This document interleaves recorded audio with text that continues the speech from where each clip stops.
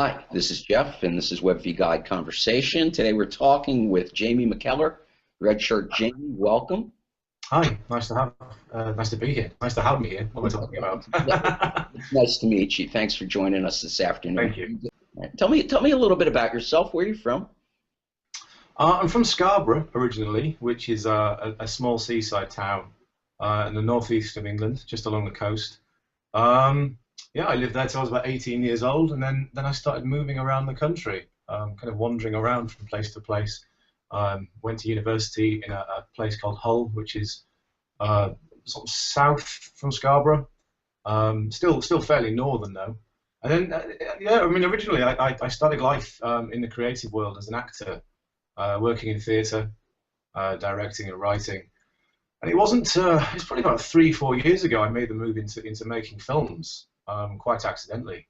And ever since then, it's just become this sort of fairly consuming and relentless project that just doesn't seem to let up. It's a lot of fun. Did you come from a creative family? Were your folks creative? Half of my family is. My dad's a musician, and my older brother is a professional singer. On my mum's side, they're all quite introverted. They're all very sensible and quite quiet and well behaved. But yeah, my dad was a musician. He was in a band with Robert Palmer when he was younger.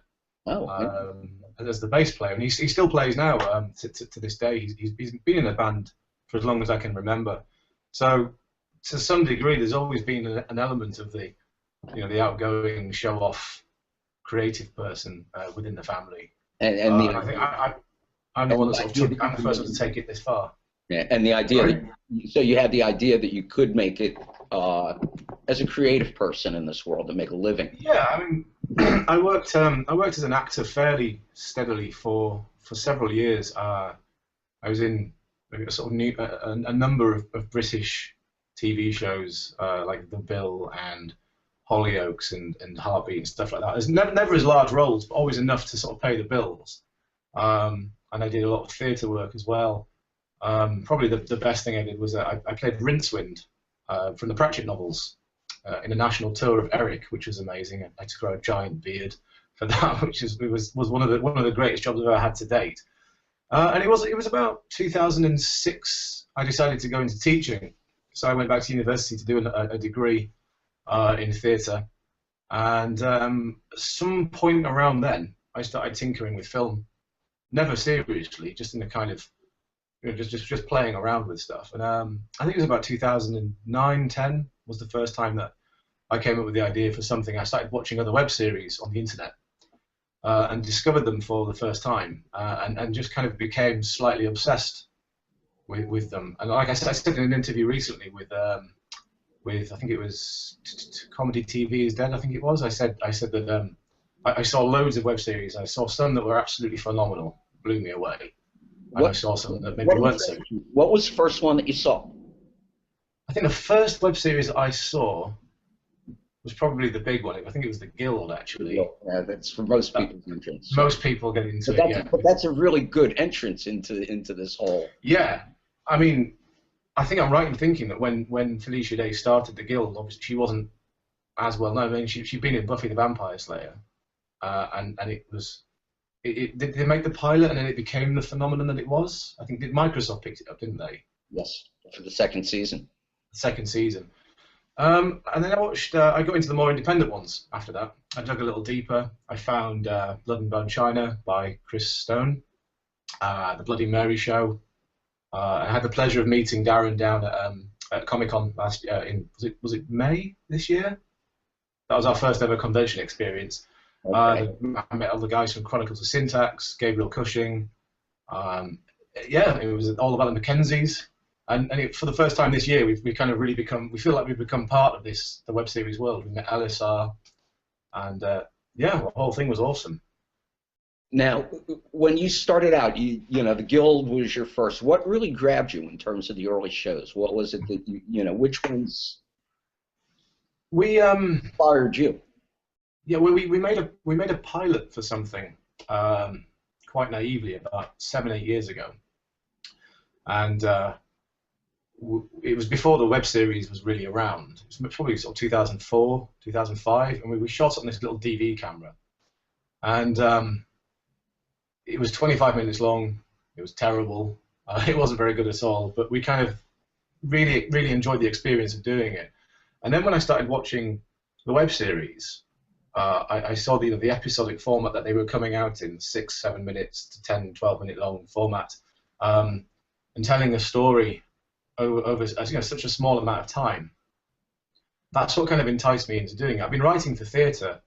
I used to be in a comedy sketch team, writing those sort of little tiny nugget sketches to be performed live. And yeah, it was that idea of, I've always been a huge fan of supernatural television shows like Supernatural and Buffy and stuff like that. But also I'm very English as well in terms that we're quite. It wouldn't be right if you were to watch the Winchesters were played by 2 English people. It wouldn't feel right because we're not. We're almost too mundane, if you know what I mean. We're almost too irritable as well, I think. And I kind of wanted to put that together. The idea English reserve. Yeah, I think that's the English reserve is exactly right. I really like the idea of putting the kind of 2 ideas of that together: the large fantastical nature of the supernatural world smashed into just the mundanity of what English life can be quite. It's a lovely place to live, but it's all very. There's lots of tea. Yeah, it's all very English. It's our staple diet: is large cups of tea and biscuits. And it was seeing things like there's another web series shot in New York called Zomblocalypse, which is a great example of that because it's about a zombie apocalypse. There has been a big zombie apocalypse, and these 3 housemates live together, and they just deal with problems, not like having to deal with waves of zombies attacking and having to kill them with lawnmowers and cricket bats and stuff. It's more they have to figure out where they're going to get toilet roll from. Who's going to go on the bacon run to rescue, to go to the supermarket and get some food in, to get some crisps, and also how are they going to pass the time? The internet still works in the series, so they're talking about that a lot. Then they blog. They keep it all as a video blog. It's all shot handheld, like as if it's on iPhones and iPads. But they tell a very big story. They tell a very big story in a very small format, and that's what I think a lot of web series do, is that they can tell. I mean, sometimes you see like Blood and Bone China is very cinematic. It's a film that Chris Stone chopped into pieces and released. He kind of scripted it in a way that each episode has a beginning, a middle, and an end. And the ending makes you want more. So I think that's just it's a very clever idea. I think the web series has opened up a lot of doors for creative people to have a go, and to tell a story, and to find an audience. Now, to do that independently. Now, you've got an independent film company, Red Shirt Films. That's right. When did you start it, and why? I mean, we started probably. It was 2010 when we originally started filming I Am Tim, which is our first web series. Okay. And we didn't have a name back then. We were just putting it out there as I Am Tim. There was no film company, no production company. It was the same few people over and over again working on the series. And it was around halfway through series 1 we decided to form a little company up, so we could actually say, we are this company and we're making this. And I think originally we were actually called Itchy Scratchy Tasty Films, which is a reference to one of the first Resident Evil games, which is something in a diary that we read. But then one of our producers pointed out. See, now I know Itchy and Scratchy from The Simpsons, so. Oh, this was something. It was in one of Resident Evil 1. There's a bit with a book, and it just kind of always stuck with me as a silly little piece of writing. And then somebody pointed out that kind of really locked us into the horror genre, which we weren't going to be in forever. I mean, I Am Tim is a comedy horror splatter, very silly web series, but we had other things developing, which were more romantic comedies, physical comedies, dramas, things like this, and we thought, right, well, we need to come up with a different name. And it just happened that the fictional company that is in I Am Tim, that make the web series, that they make the documentary, they were called Red Shirt Productions. Hmm. because we had the running gag of all the red shirts, the production assistants being constantly massacred and killed in very silly ways. And we just took that name because it had a good ring to it. We just always liked Red Shirt, and we became Red Shirt Films. And from then, it just kind of kept growing and growing, and it's at the state where it is now. Yeah. Describe where you are now. Describe what Red Shirt Films is that you're looking to do, and where you want to go with this. I mean, we started 3 years ago, and I had no idea what I was doing. I mean, I'd never really picked up a camera, and 3 years on, we've gone from having myself, a guy called Lloyd Ludgrove operating the camera and recording the sound because we were just doing it all on board, and Simon Brody making special effects, to having a pool of around 30 crew members that we can pick from. We have several camera operators who are highly skilled. We have directors of photography, gaffers and sparks, sound recordists, makeup people, and there just seems to be a queue of people waiting to be involved as well. Whereas at the beginning, it was me sat at the computer with Final Cut, doing everything, filming it. We'd film it. I'd get it in there. From the start, I would write it. I would direct it. I was in it. It was ridiculous. And then I would sit and I would edit it. I would grade it. I would mix the sound. I would do very bad After Effects work. And the further along we went over the 3 years, the more people would come along and say, I'm willing to do this for you. And obviously, in the way of the web series, nobody gets paid. It's people who've seen the work and from the quality of the work have said, I want to come on board and give you my time.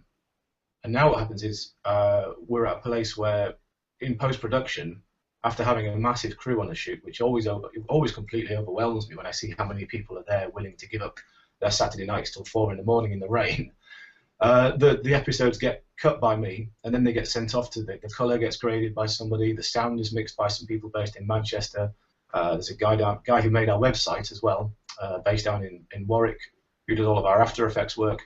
And it's just incredible that we've now got to this point where I feel that the quality of what we're making now compared to 3 years ago is remarkable.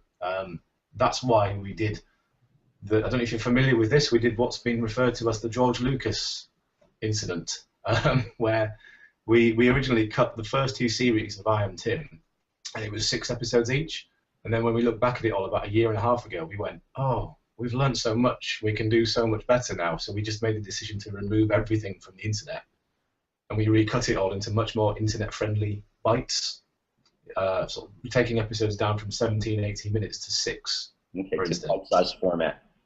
Yeah, making it, we just learned more. And there are lots of episodes that were mixed badly. Episode sound was mixed into mono. Some points it would just go to like the left channel only. Little really silly rookie mistakes that we just went back and remedied. And now we're at the point where on the website, we have 2 web series online. We have I Am Tim, the comedy horror show. We have Knights of the Round Table, we're 3 episodes into that, which is a sort of tabletop gaming romantic comedy. It's a very different creature to I Am Tim. And in development, we have The Away Mission, which is a very silly, very, very silly, very, very short episodic comedy about 2 original series Star Trek red shirts who are stranded on a planet, and they have to just deal with things like keeping warm. And that's myself. Red shirts are the ones that always die, right, in Star Trek? Yeah, we have a bit of an obsession with these. I'm not even a particularly huge Star Trek fan, but James Rotchell, who is the guy who runs Red Shirt Films with me, he plays the other Tim, and he's also one of the lead characters in Knights of the Round Table. He mainly writes and acts, whereas I produce and direct. Yeah, we came up with this idea that we've performed together in live shows for years, and we really enjoy working together. So we thought, well, let's write something just for the 2 of us, rather than getting a big ensemble cast. Let's be greedy and just write something that's just me and you, doing what we've done over the last 8 years together. And it's just, yeah, it's very silly. The episodes are like a minute long. There's going to be 8 of them, I think. And there's sort of the cap to like 90 seconds is going to be the longest episode. They're very, very silly, very standalone. And then we've got another one which is called Dude Quest, which we're going to film next year, which is a very big, grand web series about 3 young men who have to go on a quest together. And it sort of brings together the fantastical and the mundane and puts them together. But whereas Knights at the Round Table was shot around a table, it was very simple to shoot. I Am Tim is it's found footage documentary style. Dude Quest is being shot almost like it. James is directing that one, and his description was he wants it to look like the Goonies, which I was like, that's great. He wants to take the really old style of filmmaking, very practical, lots of lights, camera movements, and smoke machines and backlighting and stuff, and he got very excited about doing that. So, yeah, we're just kind of in a place now where we're just making stuff constantly, experimenting, trying out all kinds of new things. Ultimately, working towards 2015, which is when we're going to be shooting our first feature film. So it's just basically all a case of the web series. They're great fun, and we really love making them, and we're very passionate about it. And the fans, the people we found interested, it stuns us all the time when we went down to Comic-Con and we met somebody who just watched the series. She came over to say hello, and I just automatically assumed that she would know somebody involved, and it just turned out that she was just there to come and say hello to us. Like, she'd watched the series, she had no affiliation or connection to anybody, which is what I just always assume, quite humbly. I always just go, oh, well, you must know so-and-so, and you had fun, or you always had. It was she was an actual fan of the series, and I did not respond well. I think I just kind of went, oh, good, thanks for, oh. Well, you didn't know, you hadn't been in that position. You talked about everybody wanting to work with you because and produce a quality product. So there's a real indie aspect, more than just being an independent filmmaker, to what you do, and that's sort of how web series started. But yeah, things are going in a different direction in many cases. The Amazon shows, the Netflix shows, yeah, branded entertainment. How does an independent filmmaker fit in among all of this? Well, I think it's excellent for us. I think some of the greatest things I've seen recently have been the Netflix created shows. Like, I've just started watching House of Cards. I watched all of Orange is the New Black in about 2 days. And it's great to see content that's just been allowed to be created in a certain way without, too much interference. Amelia Tyler, who's one of the actresses that works with us, both in Knights of the Round Table and I Am Tim, was in the film Pulp, which was taken on by Microsoft. I think Xbox Live took it on, and it was like #1 in Australia. It's got John Thompson, the English actor, in, and it went out as VOD. And that was just, the guys that produced that film, they were offered a platform to have their film presented to an audience, but also to recoup the cost of making the film in a way that didn't exist a few years ago. So the idea that there are more and more platforms opening up for, if the work is of a quality that you can ask people to pay for it, then I think that's excellent. The cinema. I mean, I love going to the cinema. It's one of my favourite things to do. But there are some films that are maybe more enjoyable in your living room to be enjoyed in that kind of close environment, and VOD is providing that as a platform. The speeds of internet, you can download 1080p video through your Xbox onto your TV instantly. The fact that people are acknowledging, they're acknowledging this and allowing it to happen, I think it's fantastic for us. And I hope ultimately, I hope that we can get onto that level. I mean, all of our stuff at the moment is on Blip and it's on YouTube, which are obviously we've not monetized anything, and nothing. We won't monetize anything on YouTube either, because I get a little bit itchy about it when I'm watching a video that's about 1 minute long and I have to watch 1.5 minutes of an advert. I think if you've got loads of views, I think if you've got hundreds of thousands of views and you can genuinely make a bit of money back, then yes. But at our current level, where our views for I Am Tim are like only a few episodes have crept past the 1,000 mark. So for us, it doesn't really, for the sake of maybe making 11 pence every 5 years, doesn't really seem much of a point in doing it yet. So how does an independent filmmaker monetize what they're doing and make money and make a living at their art? That's a good question. I mean, I can only really answer by the experience that we've had. At the moment, we've entered some festivals. We're building an audience. We've had a short film go into a couple of festivals and walk away with People's Choice Awards and Best Film Awards. And it's just a case of we're just going to keep doing that. We're going to keep on carrying on at the level that we're at, and then at some point, hopefully to the film that we shoot in 2015, we'll then enter that into festivals. We'll look at video on demand, see how that works. You know, because at the moment, to be honest, I'm not entirely sure. Whereas I do use it to watch stuff, I've never really looked into the idea of using it myself to put my work on that platform. Because just because at the moment, I feel like we're at the level where we're more looking at building an audience and getting people following us on the platforms that we're currently using. There are rumblings about making an I Am Tim feature film, because we cut the first season together as a feature, which we did a screening of in York, and it's now online to watch. We made the decision to release the whole thing online, and everybody's always remarked, like, whereas they enjoy the web series, one of the comments we've always received is, this works really well as a feature. It works really as the narrative, the way it sits and tells the story over 90 minutes. It's really compelling, and it really works very, very well. So we want to kind of shoot something along the same framework, along the same storyline, but obviously of a higher quality. And then it's a case of just getting it out there, seeing what's going on. There was a feature film shot in York recently by Milestone Films called Whoops, which is about an accidental serial killer based in York. And I know with that they're putting it into festivals. It's gone to Raindance. It'll be screening down there, and then from there, I know they're looking at investors. They're looking at distribution and how that would work. And it's interesting to me to talk to the guys that run that company to sort of see where they are and how they're making money come back. At the moment, the money we make primarily comes from we sell some merchandise such as T-shirts and mugs and things like that. We've launched an Indiegogo campaign or two, and yeah, I mean nothing's ever got into my pocket. Certainly, it's always gone directly into the web series, and any excess, any more budget that's needed after that, again, has come from me or from people involved in the project who very kindly dug into their pockets to say, I'm loving doing this. I'll throw some money into the budget because it's important to us that we finish it. That's the thing. So it's all self-funded.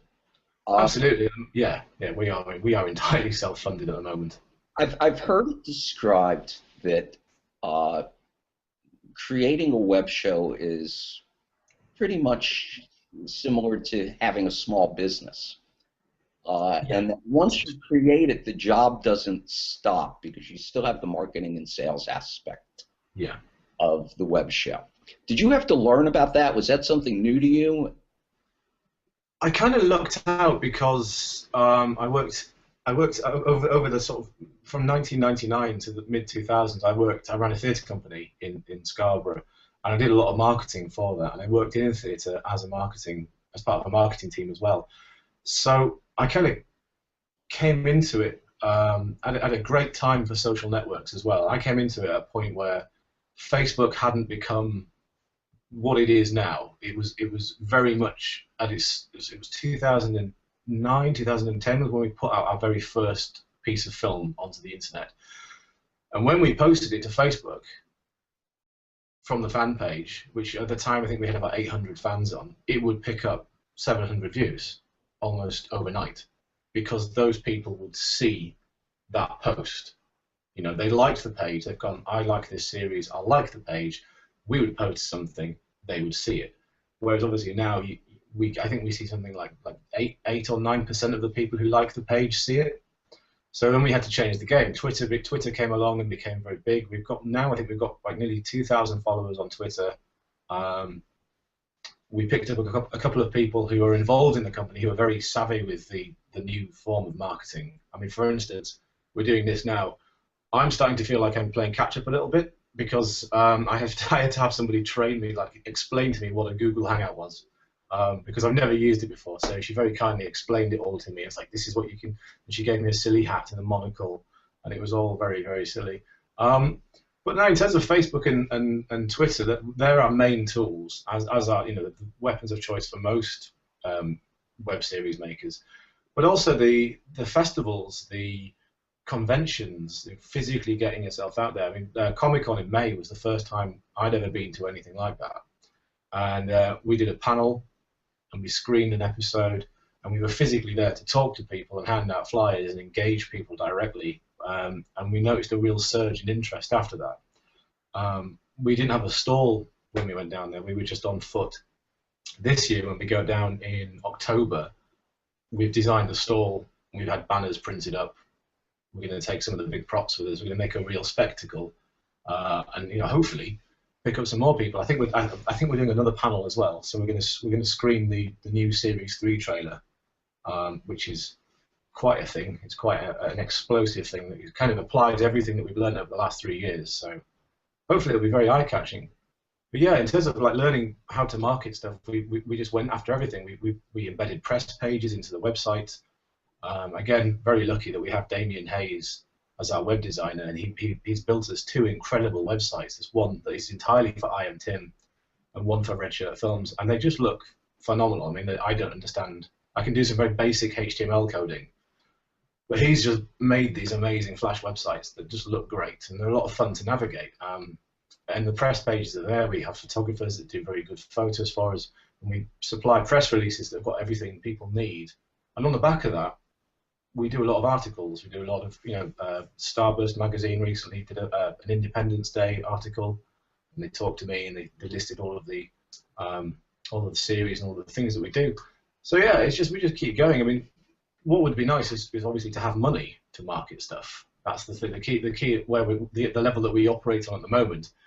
We're doing everything that we can, but we don't have any real money to market stuff. It'd be nice to take out an advert in, say, SFX magazine to do a quarter-page advert in there or something, but that's probably in the thousands of pounds to do that. So at the moment, it's all social networks, getting in touch with bloggers, like-minded people, and just really pushing it every time a new episode comes out. Just getting onto the social networks and the blogs and the magazines and just saying, this is out now. And it's true. So every time a new episode comes out, you've got to push it. When the first episode of Knights at the Round Table came out, people have been waiting for it, which is very cool. We did a pilot about a year ago, and we did a successful Indiegogo campaign, and we shot the whole season. But we made a bit of a song and dance, and when episode 1 came out, there were people waiting to watch it, and I think we picked up about 2,000 views in the first week, which for something at our level, we were quite happy. It's amazing. And then episode 2 came out, and it picked up that's about a month or 2 ago. It's at 1,000 views now. And then episode 3 came out, and that's kind of now parked around the 500 mark. So yeah, it's just a case that when as it goes along, people are, I wouldn't say less excited, but there's less of a force behind it. And we've noticed that from some of the larger YouTubers as well, like Tom Ridgewell, Tom Scar. He recently blogged about how he's noticed it's very difficult now because of the way that social networks have changed, it's quite difficult to make a big splash straight away. He's noticed a drop in views. So if somebody of his stature within the YouTube universe has noticed a drop in views, little tiny companies like ourselves are probably really going to feel it. But you can build an audience over time. Yeah, no, we have definitely. There once it's up. Yeah, we've noticed that we have people that constantly talk to us about stuff. There are people on Twitter who we now know because they're always there, and when the episode comes out, they share it and they comment on it and they engage. And the thing about especially with I Am Tim is people always say the same thing. And this was in an article that came out a couple of days ago. He said how it's odd to him how we sort of are at the number of views that we have, because he said it's struggling along at sort of the hundreds, and he's like, I firmly believe it should be in the thousands or every episode without any effort. And I think that's great. It keeps us going. It keeps us revitalized and sort of energized about it, because we genuinely do believe that there will be a breaking point. We pick up new subscribers every day on the channel.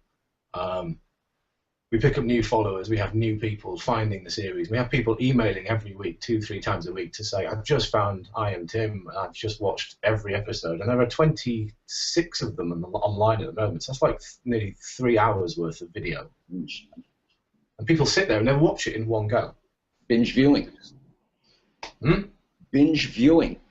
Interviewing, yeah, exactly. They just go straight through. I mean, we do make a bit of a joke of it at the end. We have all of the subscribe boxes come up, and we have the character who's like the filmmaker. He's kind of pointing up, that's the next episode right there. Just press it, and people, they do tend to carry on, which is good. How important is the venue or the platform that a show's on to its success? I mean, YouTube is not necessarily the biggest friend or the most friendly to scripted series. No, it's I mean, we've got I Am Tim is on Blip, and YouTube. Knights of the Round Table. How is Blip's purchase by Maker Studios going to affect you?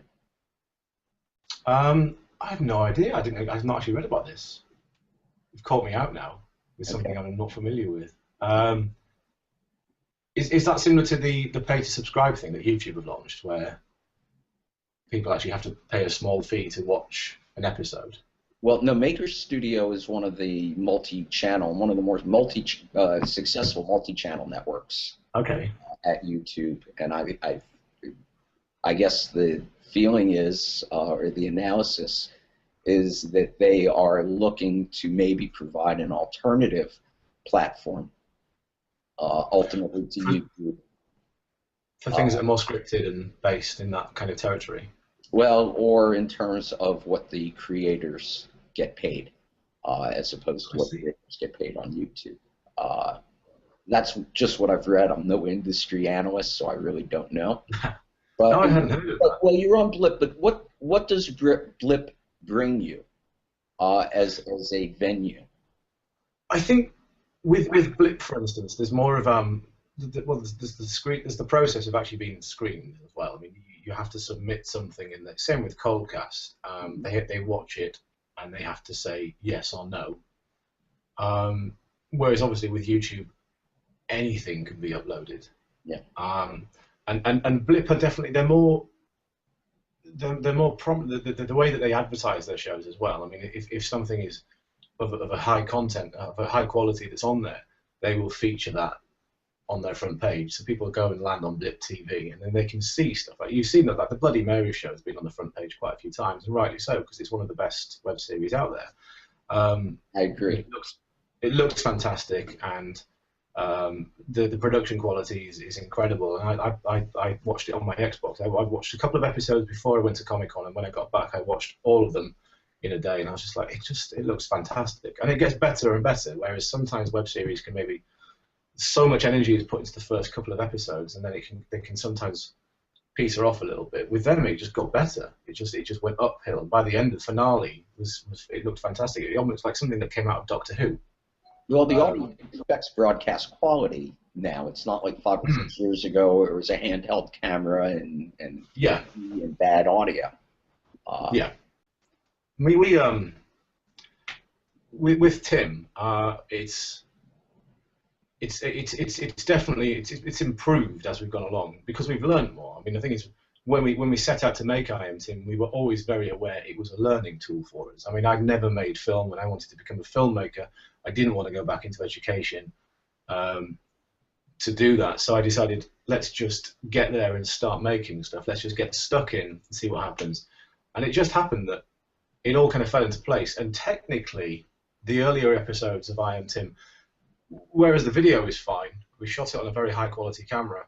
The audio it could be better. We looked out and we got 2 guys based in Manchester who, when we did the recuts, they remixed all of the audio for us, and they made it 20 times better than it was before. But then when it came into doing the latter half of Series 1 and Series 2, we'd invested money into sound recording equipment, and we got somebody to come on board who was a proper sound recordist. And then when we got to Series 3, it got to a point where the sound almost became more important than the video, because we said it's a documentary, it's meant to be found footage. People will forgive certain discretion, certain sort of imperfections in this video. Because it's a documentary, people are running around, There are moments where if it drops out of focus for a beat and comes back in, people aren't going to mind that. If the audio isn't there and they can't hear what people are saying, nothing puts people off quicker. So to shoot, when we shot Knights of the Round Table, we shot it in my living room, which is just downstairs from where I'm currently sat. And we had a professional DOP who came in, he lit it, he made it look fantastic. We had professional sound recordists, microphones all over the table. So when we went to post-production, everybody that was doing the mixing and the grading was just like, can everything you make be of this quality? Can you, all the raw stuff always come over like this? And I had to sort of say, oh, with Tim, it sometimes can't be that way because we're having to shoot so hectic. It's so much kind of guerrilla filmmaking that we don't have the time really to kind of spend on that. So we've submitted Knights at the Round Table to Coldcast, but I don't think we would submit I Am Tim the first couple of seasons because they seem to be a bit more rigid on what they accept, I think. But we're waiting to hear back from them about Knights of the Round Table, so fingers crossed. Good luck on that. Thank you. So you have shows coming up for the future. You've got I Am Tim. You've got the trailer for Series 3 that'll be out this fall. Yep. Well, we have released 1.5 seasons of I Am Tim.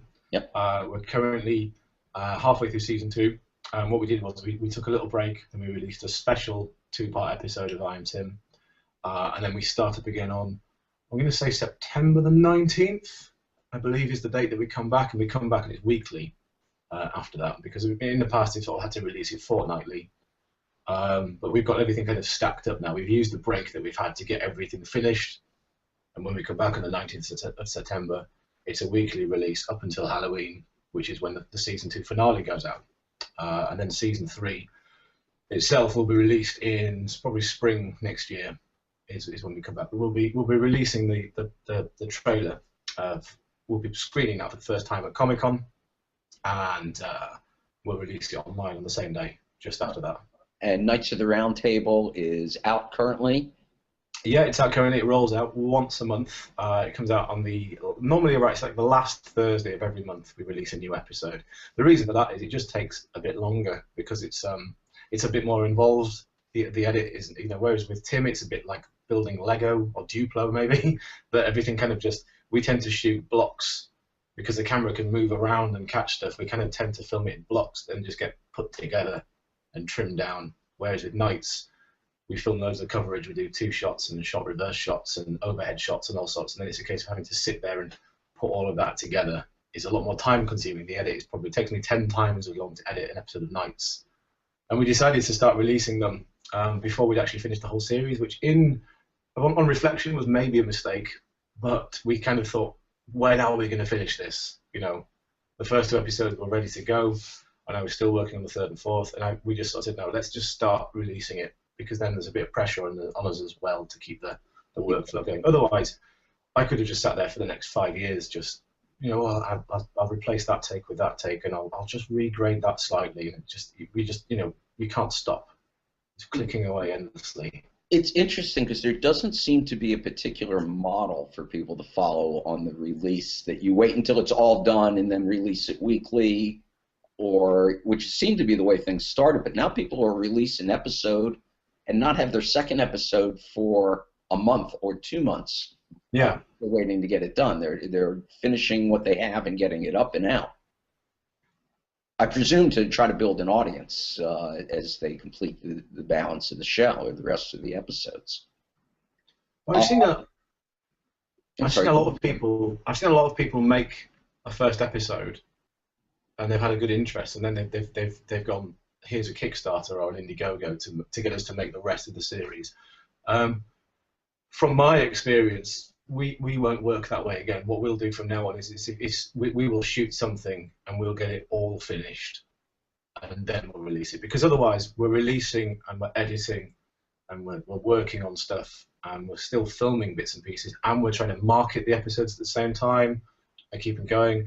And I work a full-time job on top of it. I work 50 hours a week managing a shop in the centre, running a shop in the centre of York, and it gets to a point where I'm just, at the moment, for instance, I'm completely fried because I can't remember the last time I had a day off. It must be months since I've actually just had a day where I've just gone, I'm just going to sit down and not move for a day. I wouldn't change any of it. I'm having a great time, but it gets to a point where it can, we've got a shoot coming up in a week and a half's time. We go into 9 days of filming for the 3rd season of I Am Tim. It's a big shoot, and it's going to be a very, very long week. But I'm working right up until the day before that. So I'll come out of my normal job and I'll go straight into the filming for that. And then I'll have to be editing whilst releasing stuff and getting ready for Comic-Con and getting ready for Rain Dance. And it's all very exciting and stuff. And there does get to a point where you think, I wish I'd just done all of this bit first. And then that's done, and then I can concentrate on this bit. Get one thing finished instead of having a bunch of unfinished things hanging out there. Yeah, I have like 4 or 5 Final Cut projects on my desktop that are screaming for my attention every minute of every day. And I have deadlines that I have to adhere to get the footage off to the people who mix the audio for me. We have an email thread where we have like video is locked by this day. VFX work is locked here. Audio will come back to me at that point. I can then get that graded. And it's like last week I slipped by one of my own deadlines and I had to apologize. I'm so sorry. I'm so sorry. I'm going as fast as I can. And then we're racing to get these finished so we can start releasing again in September. At the moment, I've just had an email come through. Right now, I can see it to my right on my other monitor that says everything's fine. Don't worry about it. Can see that's the guy who mixes the audio. He's kind of very calmingly just gone, it's fine, don't panic, because I'm always aware that people are working for free, you know, for Red Shirt Films at the moment when nobody's getting paid. So when people are donating so much of their free time, I'm incredibly grateful, but I feel very guilty of asking them to do more. I'm like, does James and Andrew do all the Foley and the sound design for both Knights at the Round Table and I Am Tim? And I'm constantly like, oh, here's another one. I'm really sorry. And they're like, no, it's great. We love it. We love it. But I don't think I'll ever lose that kind of gratitude / guilt of having people do stuff for us. And if you're trying to finish all of that and get I Am Tim finished and you're working on Knights of the Round Table, you have Hench Girl for Hire that's in development. Yeah, I mean that's Away Mission and Zombie Force. I mean, you have a lot of things on your plate that you're working on. Yeah. I mean, with Zombie Force, I'm going through them quickly. The Away Mission is the little Star Trek-y one that we're making. It's going to be shot in a day because the entire series comes to 8 pages. So it'll be 2 days of filming, and the release dates are vague at best on the website. They say things like winter 2013. Knights at the Round Table is pretty much finished. I'm Tim, we're 80% done. Zombie Force, we're shooting it. The way that works is, although it's intended as a series, we're just going to film 1 episode of it because they're very standalone episodes. They're almost like little tiny contained bottled stories. So we'll shoot the first one and we'll put it online as part of because the website in a way is it's kind of my it's an example of what I can do as well. It's scored me a couple of good job interviews over the year where I can say to people now, you know, this is my show reel in a way. Go to the website and you can see I've edited everything here, and we're always looking to build that and come up with new things. Hench Girl for Hire it's an episodic series, but it's 1 camera shot. It's done as a video blog. It's about a young girl who lands her dream job and moves to this fictional city that's full of superheroes and supervillains, but she's gone to be an architect. And within 2 hours of being at work, she gets fired and she applies for a job as a henchman for and she ends up becoming a freelance henchman or hench person as she campaigns for it to be changed to. And at the end of every shift, she comes home and flops down in front of her webcam and delivers her story about what's happened throughout the night. And again, they're very short videos, like a minute long, very rapid. She Skype calls to her parents, so a lot of it is all very much shot in living rooms and stuff like that. So it'll be shot over like a 3-4 day period and cut together. And we have noticed that as we come up with new ideas for web series, they do become shorter and and less complicated. So whereas Tim started off as having car chases and bike chases, and at one point a boat chase along the river through the city centre, we've always with Tim, we've kind of gone, there's no roof. We write what we want to do, and then we figure out how to do it. If we really can't do it, we'll compromise very slightly. Nights ended up being shot in my living room, and I think we have on average about 15 to 20 setups per episode. Whereas with Hench Girl for Hire, it's one setup, one actor, and then when we do the Skype calls. That was one of the brilliant beauties of the Guild, is that it was her talking into her single camera, single shot. Yeah, that was kind of, I suppose, what kind of inspired us to do it. Is again, it's sticking with the idea of putting the mundane normality of life and putting it into something that's absolutely ridiculous. It's obviously clear that I've realised as we've been talking how obsessed I apparently am with this idea of taking things extraordinary and just putting very normal people in the middle of them. Well, it's got endless possibilities. So. Yeah. I think everyone likes an underdog as well. So it just seems to happen that all of my characters are underdogs. Now, getting beaten around. Thank you so much for today. I really appreciate the time. No, thank you for talking to me. It's been great. Come back anytime. No, I've learnt. I feel like I've learnt Google Plus now. So excellent. Well, you get something out of it, I guess, other than having. It's been great fun. I've really enjoyed it. Well, so have I. Thank you so much, Jamie. And again, we look forward to talking with you in October at Comic-Con. We wish you the best. Where can people find your shows? Okay, so very simply, if you go to www.redshirtfilms.com, everything's up there, including links to the smaller websites that host, like the I Am Tim Helsing site. They're all linkable through that one, and you can find our Twitter accounts and stuff all through that website as well. Okay.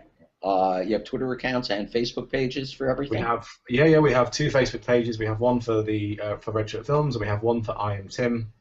And again, same with Twitter. We have the Red Shirt Jamie account, which is the one that I primarily use, and we have the I Am Tim Helsing Twitter account as well, which we're constantly hammering. At the moment, we're hammering it with the Indiegogo campaign because that ends in 12 hours. So I'm currently annoying everybody by tweeting endlessly to get them to donate to the campaign. So yeah, I think everyone's getting a bit sick of me now. But it's nearly over. Then I can shut up about it. Good luck. Thank you.